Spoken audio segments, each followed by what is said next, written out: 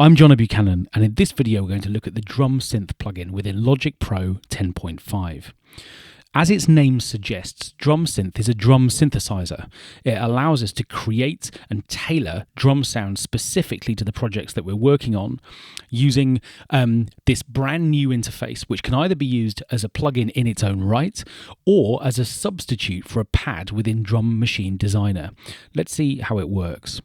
So what I've done here is I've fired up a project and I've just got one track playing, which is a Drum Machine Designer track, and I've selected this preset called 808 Flex. Now, as you probably already know, Drum Machine Designer is a bit like a track stack. What it does is it allows us to create a region, but if we fold that stack out, what we can do is to see all of the individual sounds which are available within our Drum Machine Designer sort of sound range.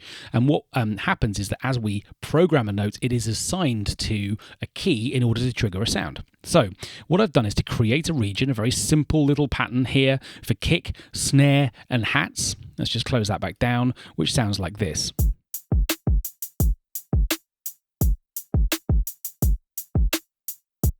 Okay, really straightforward. What I'm going to do is to open Drum Machine Designer so we can see clearly what's happening, and we'll see that the kick drum is being triggered from this pad here, kick 1.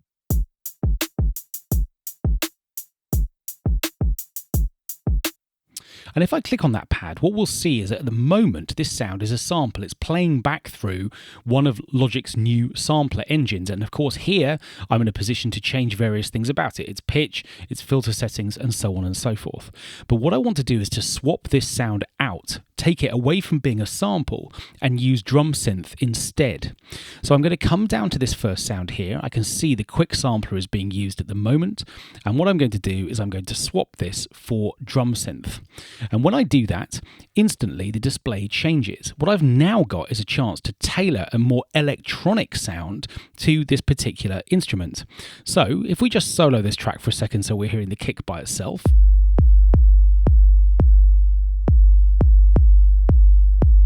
You can hear it being triggered, and of course I can control its pitch, its shape, its tone, its decay. You can hear it at the moment, it's got quite a long decay phase, and what I can do is to change a whole range of things about it to tailor it to my track. So I'm going to come out of solo mode, and what we'll do now is to configure a kick drum that works better for this particular project.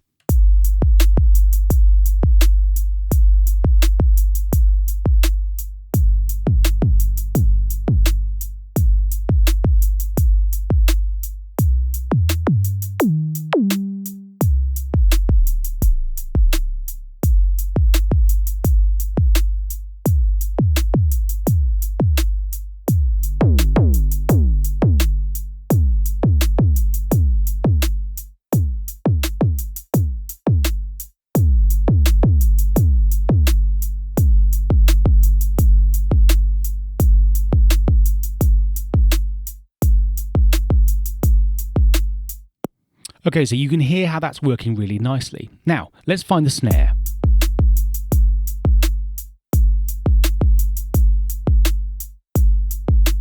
It too is playing back at the moment from a sample. And again, as before, what we can do is to swap this out for Drum Synth instead. And this time what I can do is to not use a kick, but in this case, I'm going to switch to a snare sound for this second pad. And again, we can tailor sounds to taste.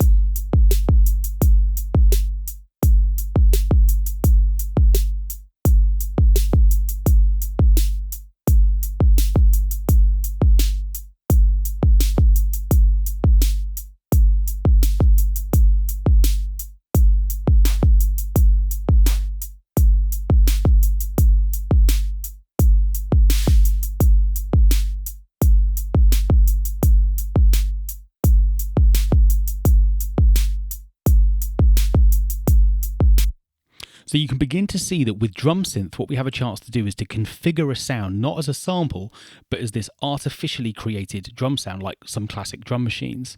And as you can see here, what I've got is a range of options which are presets within each instrument set. But what I can also do is to see that I've got kicks, claps and snares, percussion, and hats and cymbals. And I'm in a position to swap Drum Synth in for any sound within Drum Kit Designer. So that's how we can use Drum Synth within Drum Machine Designer. But if you want to keep things even more straightforward, what you can do, of course, is just to fire up a brand new instrument track. And if you want to, add Drum Synth just as a plugin all by itself here. So rather than having to worry about swapping out pads or substituting samplers for a new drum synth, what you can do is just to fire this instrument up, choose the instrument type you like, and then just go ahead, program a part and configure that sound to work within your track if you like. So Drum Synth's really flexible. It's a nice little interface which allows us to have a set of controls which are kind of bespoke for every instrument type we might want to make using that interface.